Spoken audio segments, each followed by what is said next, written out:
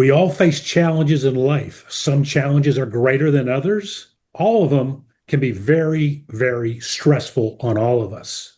Again, some of these challenges are different than others. My next guest has faced one of the biggest challenges I think one can face in life, and he's become a lesson for all of us to learn from.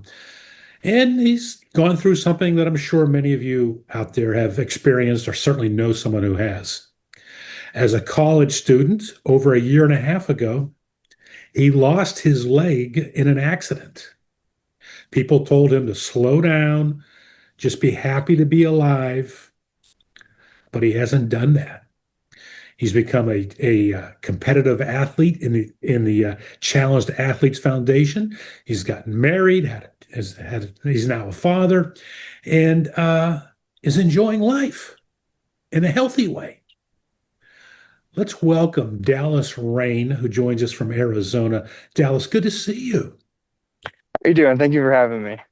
You know, Dallas, I saw one of the videos of you. I believe it was at the Challenged Athletes Foundation, perhaps recently in San Diego. I may be wrong, but it was an amazing video.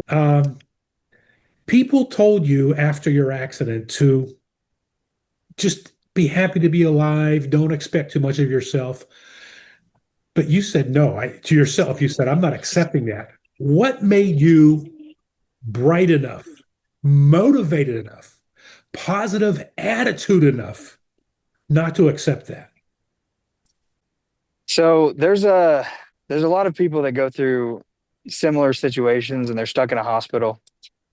And I just remember sitting there and all the emotions going through and just having one main goal. And it wasn't even to be able to run, it was just to be able to walk again.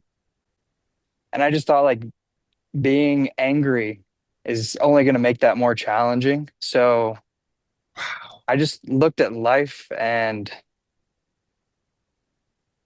it there's too much to offer. So I wanted to use my traumatic experience as something good for others who may not have that motivation. It's a really hard, it's how do I say it? It's a really it's a really hard battle internally. And I just I just wanted to be almost like just a motivation for hope with other people who've experienced things. I've met a lot of people who were in similar situations, who've gone through almost identical situations, and every experience is still different mentally. So I just wanted to be somebody good for them. A lot of questions just went into my mind. It's an amazing response I just heard. One of the questions is, from what I just heard, were you told that you would never be able to walk again or may not be able to walk again? So when you're in the hospital, you lose a leg. There's a lot of people. There's somebody that comes in who also has like a prosthetic, and obviously you don't have a prosthetic at that time. Yeah, And they tell you about their life and the challenges that you're gonna face, I see. because you just don't know.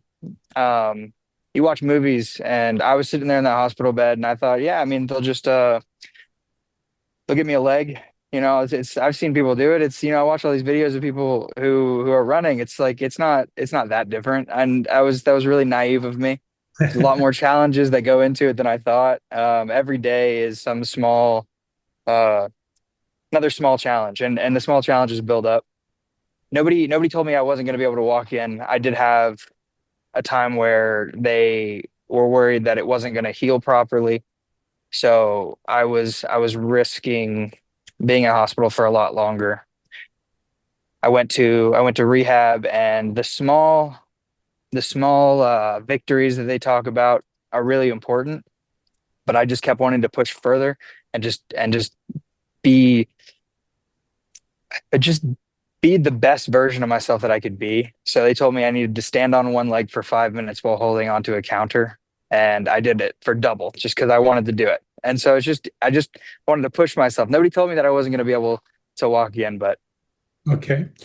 You said that you wanted to be an example, a role model. And that may not have been the exact word you used, but that was the yeah. message. That's pretty profound at someone such a young age, in my opinion. Again, you were in college. Where did you, where did that come from? That inner vision? So it takes me back to about 2 months after my surgery. A lot of people would be sitting in a wheelchair, and that's okay. I know a lot of people have to deal with certain things. I was fortunate enough to have a below knee amputation, so they have this device that I could use to kind of like it's almost like a crutch without your hands. So I remember meeting this person, and he was a part of the Challenge Athletes Foundation, and he said, "You are exactly the type of person that we want to come out and be a part of us." And when I was able to meet these kids out there who have gone through things I couldn't even dream about, there's so many things. And you see these kids who they just push. They don't. Some of them have never known anything different, and some have had to battle and jump hurdles for it, but they keep pushing. And I want to be a role model almost because they were role models for me, They and it was inspired you. They inspired you. Huh? exactly, exactly. Amazing. Dallas, when I saw the video of you, which we're going to see at the end of the interview, you look incredibly athletic. It shocked me because I'm naive in this area. Uh, but it raises a question. You look like you were an athlete prior to losing your leg. Is that correct? Yeah, my entire life. I think my first word was ball. So my mom gave me a little basketball when I was like that was my first stuffed animal. It's literally been my entire life has just been sports. So You and I have that in common. Um, you so tell us about the Challenged Athletes Foundation. You performed at or competed at it here in San Diego, where I'm located. Uh, what's involved in that? so once a year, the Challenge Athletes Foundation puts on a lot of multiple events, but the biggest one would be it's a triathlon on the last day. Oh my God. They have $1 million. It's almost like a fundraiser that they do where people are biking from the top of California to the bottom. So they put on a ton of events for someone like me who's so new.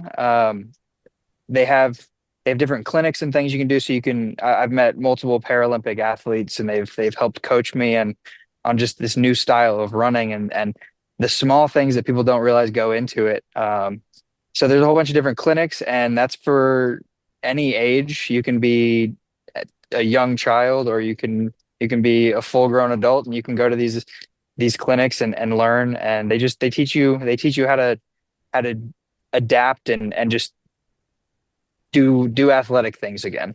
So it was a triathlon, running, swimming, biking? So yeah, they have multiple events. They have a triathlon, and they also give you the option for some people. You can choose if you want to do one, two, or all three of those. Excellent. Yeah, the swim is in the ocean, and then the biking and running are around the city, depending on where their event is located that year. But they do it once a year, and it's amazing to see everybody come out. It's from people come from obviously the everywhere in the United States, but all over the world. They just come out and experience life again. What I'm embarrassed to say is I was not even aware they had that here in San Diego, and that should be a thing. That should be amplified out there in the media. Yeah, no, it's awesome. There's a lot of people that come out. As our viewers will see at the end, you look incredibly athletic, smooth, and comfortable. I mean, you're not just athletic in the athletic sense, but you show some humor and you're dancing. Uh, how long did it take you to go from the accident to start the physical performance at, from a dancing and athletic standpoint? So it is you can see in my videos on my Instagram, you can see doing just fun stuff. It didn't it took me a lot less time than a lot of people, and I was very fortunate on that. at 6 months I was running, and that is unheard of. So actually at the last Challenge Athletes event in 2024, I was 6 months post-op and I was running. Now at the same time, it is a challenge. You have I think I fixed my leg. I didn't have a running blade at that time. I fixed my leg like 5 different times in just a short clinic because the pain and it's hard. You have to, there's a lot you have to get through, and I don't want to show every bit of the pain. I want to introduce that it happens, and it's something that you don't just have to accept, because you can move past and you can grow, and your body adapts really well in so many circumstances. You just have to push through, and that's what I did, as much as I could.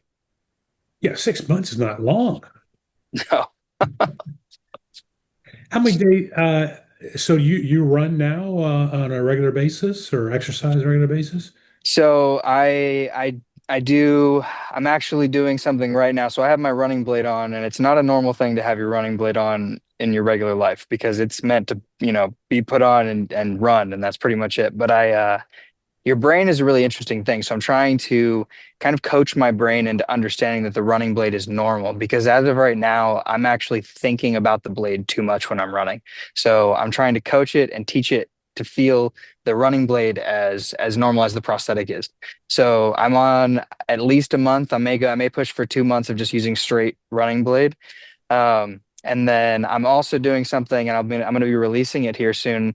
I'm going to be doing a training guide. It's an adaptive training guide. So it's going to be for people who are like me and have a below knee amputation. It's also adaptable to do for above knee. You can do it sitting, you can do it laying down, you can do it at home. I remember coming back from the hospital and having these papers that pretty much just showed stretching exercises, and it wasn't my kind of reality. I wanted to do more and push. So it just takes that next step up before you have to go to a gym, because a lot of people don't feel comfortable. You have a whole new image. Everybody stares at you when you walk. So people people just feel uncomfortable. So I just wanted to give them that. So that's what I'm going to be releasing here soon, is an adaptive training guide. At home, you mean? To stretch and train at home? Yeah, so it'll be a weekly. So it's going to be the days of the week, the exercises you can do. As weeks go on, it'll show you how you can do things. So like upping the weights on things. It's all with things you can get. Honestly, the equipment, you only need two things on Amazon, and you can do every Oh, exercise that okay. you need. Okay. So that's my goal. Wow. Hey, by the way, one of the gyms I belong to is one of the YMCA's here in San Diego, and there are a lot of amputees in there. But the good news is they're not experiencing, I don't believe, what you've just mentioned. It just people see them and that's it. There's not Yeah. going on. So it may not be that you feel like everybody's staring at you. And that's one of the hardest things, is you it's a catch-22. You got to go to the gym to feel more confident, but you don't go to the gym because you don't feel confident. So it's a really hard battle in the beginning. So it's just something so you can have in that time frame between amputation and when you can get back to your regular life again. You had mentioned that you're offering these exercise products. What is it at a website you have? So yes, my Instagram, Dallas on one. It's I'll have a link in there. I'm building the program currently. It'll be out here soon. It'll be on my website, dallasonone.com. I'm currently building the whole training program, so that'll be out here in the next probably month or so is when that'll be official. How often do you exercise, Dallas? I try to do it all the time. The one thing I don't have to do anymore is leg day, really. Like at a gym, you don't have like you don't do you can do this. This is the thing when I say things like I don't have to do it, you definitely can. You definitely it depends on everybody specific. The way I move and the way I live my life, I am actually building muscle on my amputated leg just by walking, which is very rare, but kind of cool. So Kind of cool is right. yeah, it's interesting. Yeah. Uh, are you working these days? So I do a lot of marketing, graphics, video design, web development. I do I've had that. I've been doing that kind of stuff for since before the wreck. So Hmm. This is good. You know what, Dallas? There's someone you should get to know. He lives in Phoenix and you're down in Tucson. It's called the Fit Father Project, Fitness for Busy Dads. Now, the reason I mention this is because he's a bodybuilding champion, medical doctor, and his father passed away when he was 8 years old. And he created a program now, Fitness for Busy Dads. You know, it's not precisely at all for the lane that you're in, but there's a lot of overlap here. I oh think yeah, so. If you get a chance, reach out to Dr. Anthony Balducci. Uh, I think he's a good guy. I think you'd enjoy hearing from you. perfect. Dallas, we want to have you back. Anything else you want to add before we wrap it up? There's there's a lot of things that happen that people have a choice to look at as a negative or a positive. And you don't have to have something whether it's as serious as mine or more serious. You can always change the way you think about it and just try to be the best version of yourself. Try to think of things positively, and that's that's my entire motivation is just to help others see that vision that I have of just a better life than what it was before. And so I hope to achieve that. I work towards that every single day. You've got a good vibe about you, a good energy about you, your positive mentality, for lack of a better word, comes through loud and clear. And I happen to love that. Uh, and then love it times 10, considering the challenge you've been through.